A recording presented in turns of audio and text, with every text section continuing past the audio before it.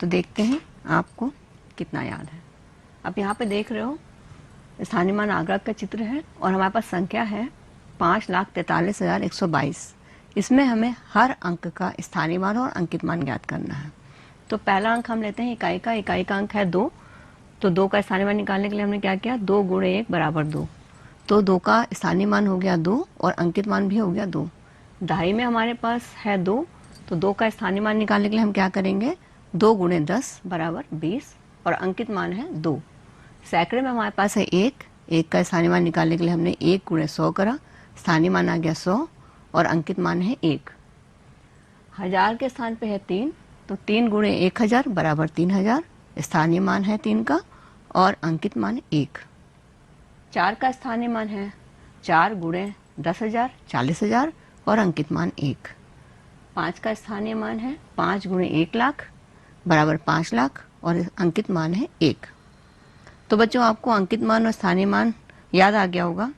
आज हम पढ़ेंगे संख्याओं के विस्तारित रूप के बारे में, संख्याओं को संक्षिप्त रूप में लिखने के बारे में, संख्याओं को आरोही क्रम में लगाने के बारे में, संख्याओं की तुलना करने के बारे में, संख्याओं को अवरोही क्रम के बारे में लगाने के बारे में और सम और विषम संख्याओं को पहचानने के बारे में। लेकिन उससे पहले हमें ये जानना ज़रूरी है कि किस अंक में कितने शून्य होते हैं।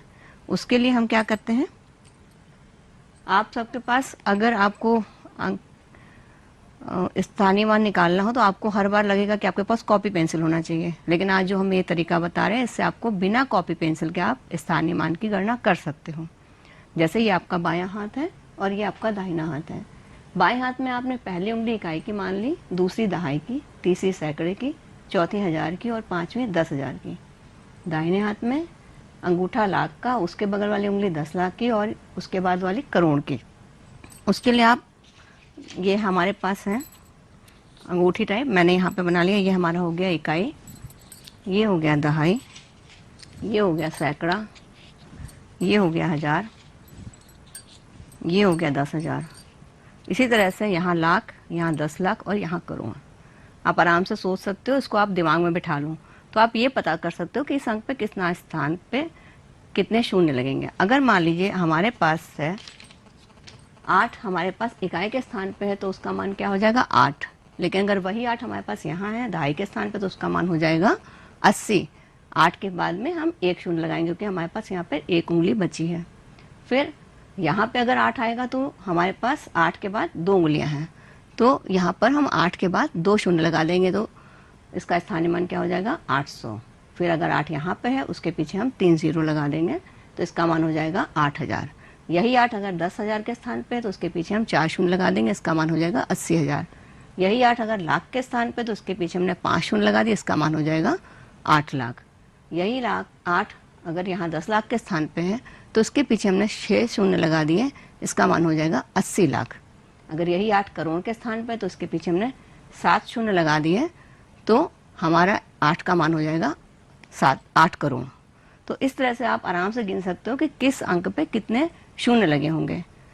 अब आइए देखते हैं विस्तारित रूप के बारे में। विस्तारित रूप, किसी भी संख्या का विस्तारित रूप लिखने के लिए उसके हर अंक के स्थानीय मान को जोड़ते हुए लिखते हैं। इसके पहले आपको स्थानीय मान कहा जाता था तो ये बोला जाता था कि दी गई संख्याओं में इस अंक का स्थानीय मान बताइए। अब इस विस्तारित रूप लिखने में क्या होता है, आपको हर अंक का स्थानीय मान लिखना होता है और उसको प्लस का निशान बीच में लगाते हैं। तो यहाँ पर देखिए हमारे पास संख्या दी है। पहली संख्या में हमारे पास हम स्थानीय मान लिखने में एक चीज़ का ध्यान रखते हैं, हमेशा हम इकाई की तरफ से शुरू करते हैं। तो सबसे पहले इकाई के स्थान पर हमारे पास क्या है 6, तो हमने सबसे पहले वहाँ पे इकाई की जगह लिख दिया 6। उसके बाद हमने प्लस का निशान लगाया, जोड़ का निशान लगाया। फिर हमारे पास दहाई का अंक है 4, तो दहाई के अंक पे 4 हमने लगाया और उसके बाद हमने 1 शून्य लगा दिया क्योंकि दहाई हमारा दूसरा अंक है। तो 2 अंक में दूसरे 2 अंक होते हैं तो 1 शून्य हो गया और 1 यहाँ पे 2 लिख गया, तो यहाँ पे हमने 40 लिख दिया। फिर हमने प्लस का निशान लगाया या जोड़ का निशान लगाया। फिर हमारे पास 2 है वो सैकड़े के स्थान पे, तो 2 के बाद हमने 2 शून्य लगा दिए। फिर जोड़ का निशान लगाया। फिर 5 हमारा हजार के स्थान पे, तो हमने 5 के बाद 3 शून्य लगा दिए। फिर हमने जोड़ का निशान लगाया। फिर 7 हमारा 10,000 के स्थान पे, तो हमने 7 के बाद 4 शून्य लगा दिए। फिर हमने जोड़ का निशान लगाया। फिर 8 हमारा लाख के स्थान पे, तो हमने 8 के बाद 5 शून्य लगा दिए, फिर हमने जोड़ का निशान लगाया, फिर 9 हमारा जो है यहाँ पे 10 लाख के स्थान पे, तो इसके बाद हमने 6 शून्य लगा दिए और फिर जोड़ का निशान लगाया, फिर 3 हमारा करोड़ के स्थान पे है तो हमने 3 के बाद 7 शून्य लगा दिए। इसी तरह से अगले उदाहरण में देखते हैं हम, इकाई की संख्या पे हमारे पास क्या है 4, तो 4 हमने वहाँ लिखा, इकाई का अंक क्योंकि अकेला होता है तो 4 हमने अकेला लिखा, फिर प्लस का निशान लगा दिया या जोड़ का निशान लगा दिया, उसके बाद हमने लिखा दहाई का अंक हमारे पास 3 है तो हमने लिखा 30, फिर जोड़ का निशान लगाया, फिर हमारे पास सैकड़े का अंक है 900 लिख दिया, फिर जोड़ का निशान लगाया, 1000 का अंक 8 है तो हमने 8000 लिख दिया, फिर जोड़ का निशान लगाया, 10,000 का अंक हमारे पास 7 है तो हमने 70,000 लिख दिया, जोड़ का निशान लगाया, लाख का अंक हमारे पास 6 है, 6 लाख लिख दिया, जोड़ का निशान लगाया, 10 लाख का स्थान पे हमारे पास 5 है तो हमने 50 लाख लिख दिया और फिर जोड़ का निशान लगाया, फिर करोड़ के स्थान पे 2 है तो हमने 2 करोड़ लिख दिया, यानी 2 के बाद 7 शून्य लगा दिए।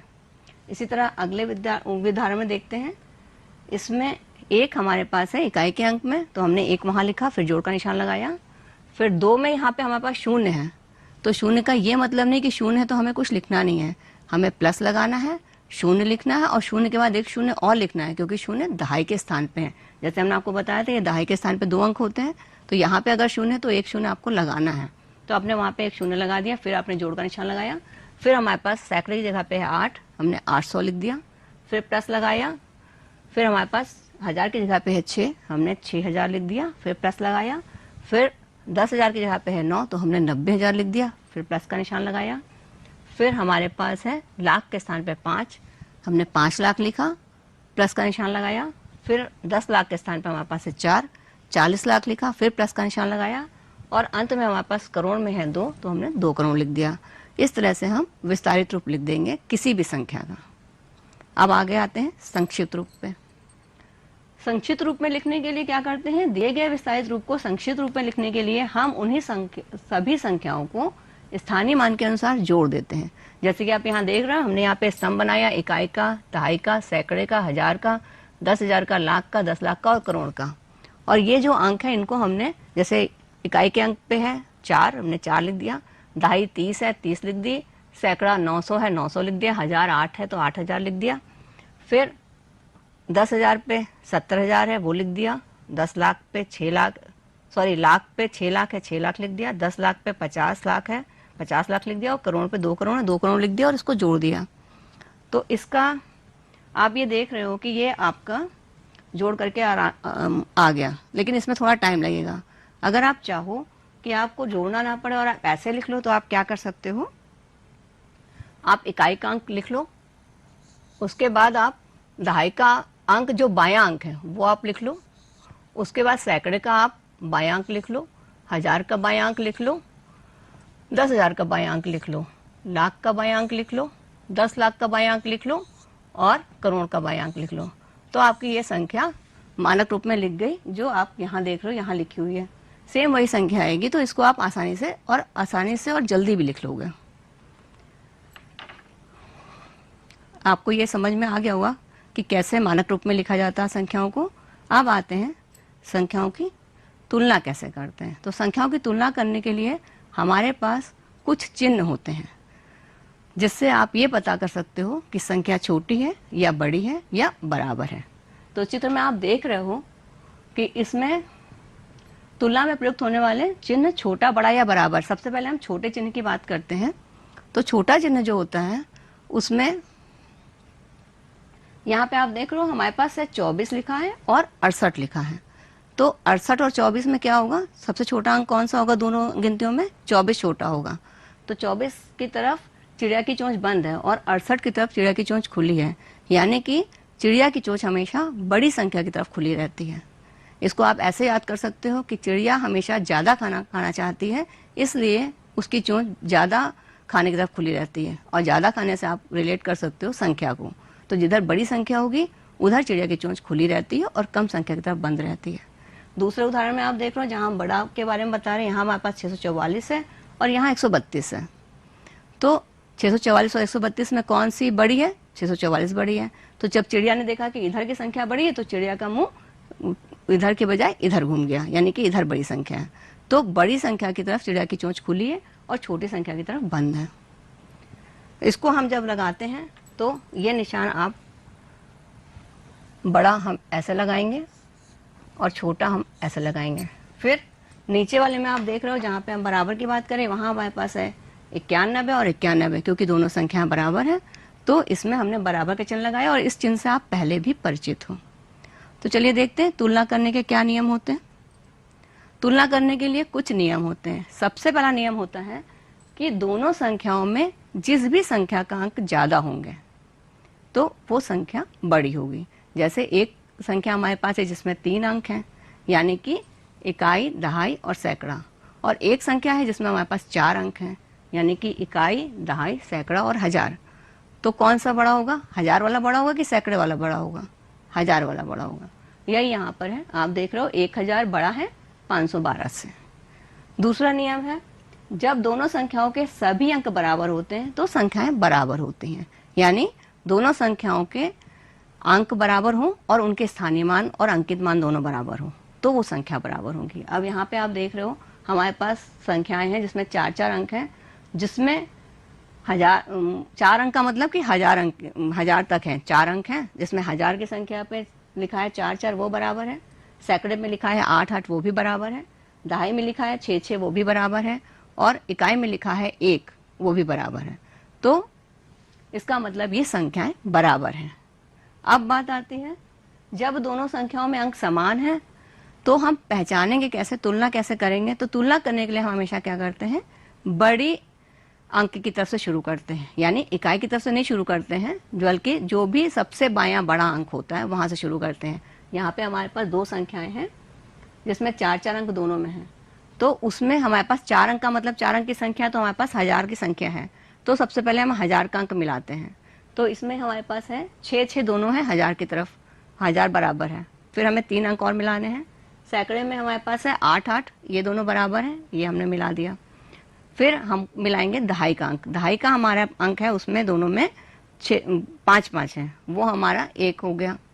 अब वो भी मिल गया। अब हमारे पास बचा है इकाई। इकाई में हम देख रहे हैं यहाँ पर हमारे पास एक है 7 और एक है 4, तो इकाई का अंक बराबर नहीं है। तो छोटी कौन सी संख्या और बड़ी कौन सी संख्या, ये आप समझ रहे हो। जिसमें 7 का अंक है वो बड़ी है और जिसमें 4 का अंक है वो छोटी है।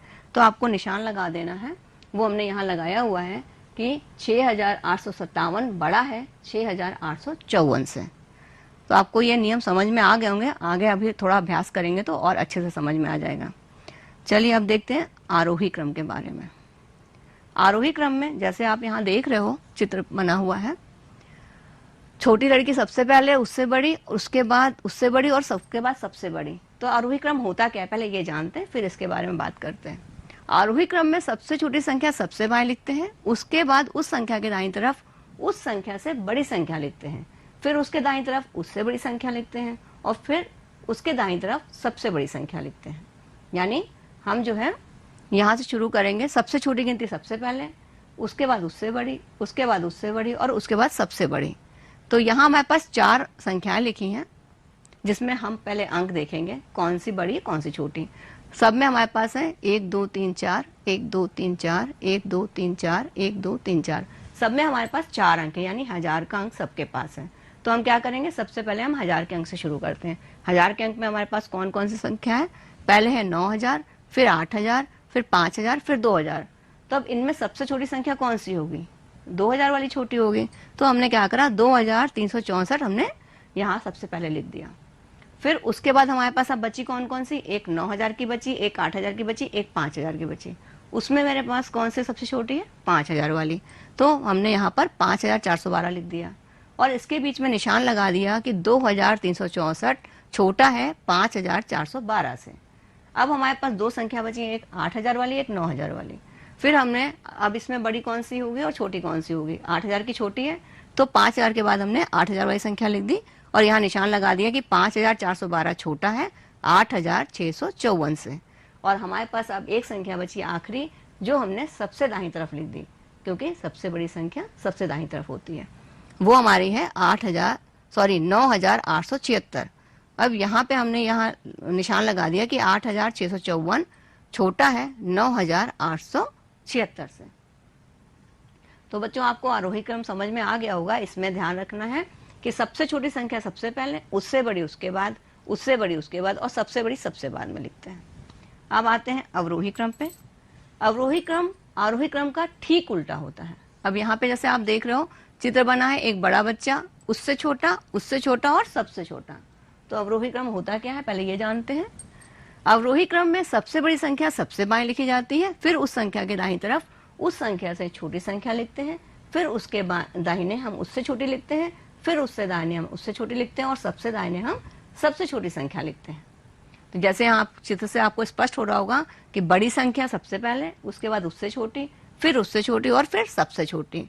तो यहाँ हमारे पास कुछ संख्या लिखी हैं जिसमें अंक हम देख रहे हैं 1 2 3 4। एक संख्या में 4 अंक हैं, फिर दूसरी में 1 2 3 4, दूसरी में भी 4 हैं, 1 2 3 4 5, 1 2 3 4 5 6। तो आप देख रहे हो यहाँ पे हमारे पास 4 संख्याएं जिसमें 2 संख्याओं में जो है वो 4 अंक हैं, एक में 5 अंक है और एक में 6 अंक हैं। तो आपको मालूम है कि 6 अंक की संख्या हमारी सबसे बड़ी होती है। तो जो हमारी 6 अंक की संख्या वो हमने सबसे पहले यहाँ लिख दी और उसके बाद हमने लिख दी 5 अंक की संख्या, वो हमने उसके बगल में उसके दाहिनी तरफ लिख दी 5 अंक की। अब हमारे पास बची 2 संख्या, लेकिन उसके पहले हमें यहाँ निशान लगा देना है कि हमारी ये संख्या जो है वो क्या है। तो ये हमारे पास संख्या है 6,32,541, बड़ी है 54,789 से। उसके बाद हमारे पास 2 संख्या बची हैं जिसमें 4 अंक हैं, जिसमें 1000 के अंक में एक में है 6 और दूसरे में है 3। तो 6 बड़ा होगा या 3 बड़ा होगा? 6 बड़ा है। तो हम क्या करेंगे, 54,000 के बाद हम 6,000 वाली संख्या लिख देंगे और यहाँ निशान लगा देंगे 54,789 बड़ा है 6,549 से। और सबसे आखिर में जो मेरे पास एक संख्या बची है 3,248, वो लिख देंगे और यहाँ निशान लगा देंगे कि 6,549 बड़ा है 3,248 से। तो ये आपको समझ में आ गया होगा कि अवरोही क्रम में बड़ी संख्या से शुरू करके सबसे छोटी संख्या तक हम पहुंचते हैं। फिर आगे आते हैं सम और विषम संख्या। तो बच्चों आप सभी को 2 का पहाड़ा तो आता होगा। यहाँ पे हमें सिर्फ 2 के पहाड़े से मतलब है, क्योंकि सम संख्या वो संख्याएं होती हैं जो संख्याएं 2 से भाग देने पर पूरी तरह कट जाती हैं या पूरी तरह विभाजित हो जाती हैं, कुछ भी शेष नहीं बचता, उन्हें सम संख्या कहते हैं। और जो संख्याएं 2 से विभाजित नहीं होती यानी कुछ शेषफल बच जाता है, उन्हें विषम संख्या कहते हैं। जैसे यहाँ पे आप चित्र देख रहे हो, इसमें 16 है, 8 है, 19 है, 20 है और 25 है। तो चलिए देखते हैं कौन 2 के पहाड़े से कटता है और कौन सा नहीं कटता है। 2 का पहाड़ा पढ़ के देखते हैं। 16 के 2 के पहाड़े में आता है, तो 2 8 16 यानी 2 के पहाड़े में 16 आता है, तो 16 सम हो गई। 8 आता 2 के पहाड़े में, 2 चौके 8, 8 भी आता है, इसका मतलब ये भी सम है। क्या 19 आता है 2 के पहाड़े में? नहीं आता। 2 का पहाड़ा जब हम पढ़ते हैं तो या तो 2 9 18 आएगा या 2 दहम 20 आएगा, 19 नहीं आता, तो 19 विषम संख्या हो गई। फिर 2 दहम 20 आता है तो 20 से कट जाता है 2 से, इसका मतलब 20 सम संख्या हो गई। फिर 25 भी 2 से नहीं कटता, क्योंकि 2 का अगर हम पहाड़ा पढ़ेंगे तो 12 बार ले जाएंगे तो 24 आएगा, 12 दूना 24 और 1 फिर बच जाएगा, तो 25 भी विषम संख्या है। तो हम यहाँ देख रहे हैं कि 16, 8 और 20 2 से पूरे पूरे कट जाते हैं, कुछ भी नहीं बचता, इसलिए ये सम संख्याएं हैं।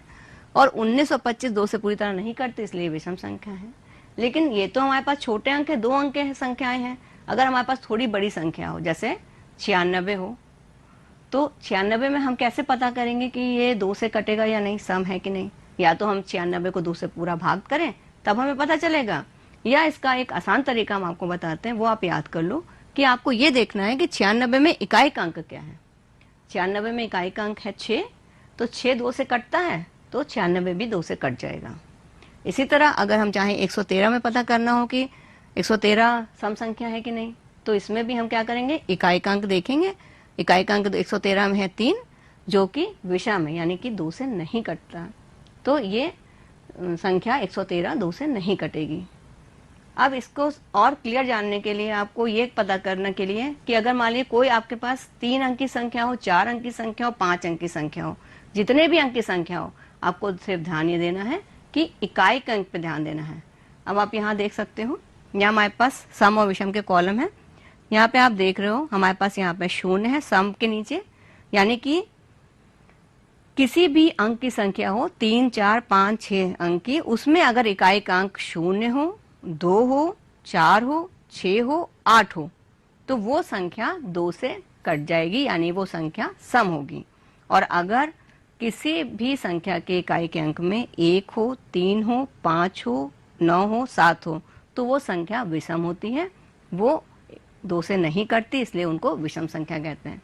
तो आपको सिर्फ ये याद रखना है कि 2 से कटने के लिए आपको सिर्फ 5 चीजें याद रख लीजिए, 0, 2, 4, 6 और 8। अगर ये अंक इकाई के अंक पे है तो वो संख्या चाहे जितनी बड़ी हो वो सम संख्या होगी। चलिए देखते हैं आज हमने क्या क्या सीखा।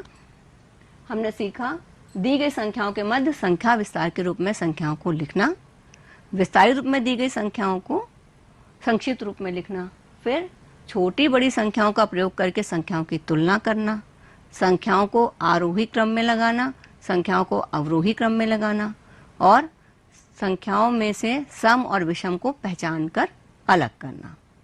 तो इतना आपने सीख लिया। चलिए आइए आपका एक टेस्ट ले लेते हैं, देखते हैं आप क्या क्या कर सकते हैं, हमने क्या क्या सीखा, देखते हैं इसको करके। अब इसमें आप देख रहे हो आओ करके सीखें। इसमें आपको ये बताना है कि 6 करोड़ में कितने शून्य होते हैं। जैसे हमने आपको बताया था कि आप उंगली पे ध्यान कर सकते हो, ये इकाई, दहाई, सैकड़ा, हजार, 10,000, लाख, 10 लाख, करोड़। तो 6 करोड़ में कितने शून्य होते हैं? 6 हमने यहाँ सोचा कि यहाँ पे 6 है, तो हमारे पास कितने शून्य बच गए? 7। तो देखते हैं 6 करोड़ में कितने शून्य होते हैं? 7 होते हैं। गुड। अब आगे है आपका है, इसको आपको दी गई संख्या को विस्तारित रूप में लिखना है। कहाँ से शुरू करते हैं? इकाई से। तो सबसे पहले हम क्या लिखेंगे? 2 लिखेंगे। तो हमने लिख दिया 2। फिर उसके बाद हमें प्लस का निशान लगाना है। फिर हमें क्या लिखना है? दहाई का अंक हमारे पास क्या है? 3 है, तो हम लिखेंगे 30।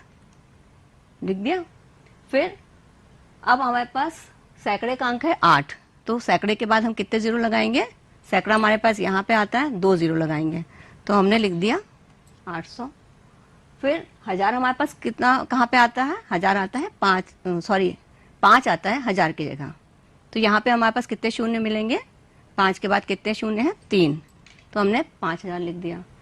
फिर 6 हमारा आता है 10,000 के स्थान पे, तो 6 के बाद हम कितने शून्य लगाएंगे? 4, वो हमने लिख दिया। फिर हमारे पास आता है 4 लाख के स्थान पे, कितने शून्य लगेंगे? 5, वो हमने लिख दिया। फिर 9 आता है हमारे पास 10 लाख के स्थान पे, तो कितने शून्य लगेंगे? 6, ये शून्य हमने लिख दिया। फिर लास्ट में आता है 7 करोड़ के स्थान पे, तो उसके बाद हम कितने शून्य लिखेंगे? 7, ये लिख गया। आपका विस्तारित रूप लिख गया। अब आता है ये तुलना करने की बारी। तुलना करने में हमारे पहले वाले सवाल पे आप ध्यान दो। सबसे पहले हम क्या करेंगे? अंक देखेंगे, किसमें अंक ज्यादा है किसमें कम। इसमें कितने अंक हैं? 1, 2, 3, 4, 5, 6। इसमें 1, 2, 3, 4, 5, 6। ठीक है, दोनों में 6 अंक हैं, यानी 5 और 6 अंक, यानी कि लाख का। अब हमें ये देखना है या दोनों अंक बराबर हैं कि छोटे बड़े हैं। तो सबसे पहले हम कहाँ से शुरू करेंगे? लाख से शुरू करेंगे। अब ये लाख 5 है और ये लाख है 7, कौन सा बड़ा हुआ? हमारे पास बड़ा हो गया 7, तो हम चिड़िया की चोंच 7 की तरफ खुली रखेंगे। ठीक। फिर अगले प्रश्न में देखते हैं, दूसरे वाले प्रश्न में। इसमें हमारे पास संख्या कितनी है? 1, 2, 3, 4, 5, 6, 7। 1, 2, 3, 4, 5, 6। तो इसमें 7 अंक है, उसमें 6 अंक है। कौन सी संख्या बड़ी होगी? यानी कि चोंच किधर खुली रहेगी? 7 अंक की तरफ। तो हम इसमें निशान लगा देते हैं 7 अंक की तरफ खुला हुआ। तीसरे प्रश्न में देखते हैं। इसमें हमारे पास है 1, 2, 3, 4, 5, 6, 7, 8। 1, 2, 3, 4, 5, 6, 7, 8। 8 अंक दोनों में है। तो इसमें हम क्या करेंगे? करोड़ों की तरफ से जोड़ेंगे। तो इसमें देखिए आप 4 और 4 बराबर है, 3 और 3 भी बराबर है, 8 और 8 भी बराबर है, और यहाँ पर ये 5, ये 0 है और ये 5 है। तो इसमें जो है हमारा 5 बड़ा है और 0 छोटा है। तो हम क्या करेंगे? निशान हम लगा देंगे, जिधर 5 है उधर बड़ा है, उधर छोटा है। फिर अगले में हमारे पास यहाँ पर है कितने अंक है? 1, 2, 3, 4, 5, 6, 7। 1, 2, 3, 4, 5, 6, 7। तो हम यहाँ से देखते हैं हमारे पास 6 बराबर है, 5 बराबर है, 8 बराबर है, और यहाँ पे 9 ये बड़ा है और 0 छोटा है। तो हमारा निशान कैसा लगेगा? चिड़िया की चोंच इधर खुली रहेगी क्योंकि यहाँ 9 बड़ा है। आखिरी में हम देखते हैं इस वाले में 4 4 बराबर है, 3 3 बराबर है, 8 8 बराबर है, 9 9 बराबर है, 3 3 बराबर है, सॉरी 5 5 बराबर है, 0 0 बराबर है और 1 1 बराबर है। तो निशान हम क्या लगा देंगे? बराबर का। अब इसको आपको संक्षिप्त रूप में लिखना है। उसमें आपको करना क्या है? आपने 8 लिखना है, 4 लिखना है, 2 लिखना है, 7 लिखना है, 5 लिखना है, 9 लिखना है और 4 लिखना है। आपका मानक रूप आ जाएगा। ठीक है, अब आगे चलते हैं। आपके पास कार्य पुस्तिका मिल गई होगी आप लोगों को, उसका पेज नंबर 17 और 18 आप पेज निकाल लीजिए। देखिए उसमें पहला सवाल करा हुआ है। पहले वाले में पेज नंबर 17 पे आपको ऐसा दिखाई पड़ रहा है, इसमें आपको विस्तारित रूप में लिखना है। एक यहाँ उदाहरण करके दिया हुआ है इसलिए मैं बता नहीं रही हूँ, आपको वैसे ही लिखना है जैसे हमने आपको आज बताया है।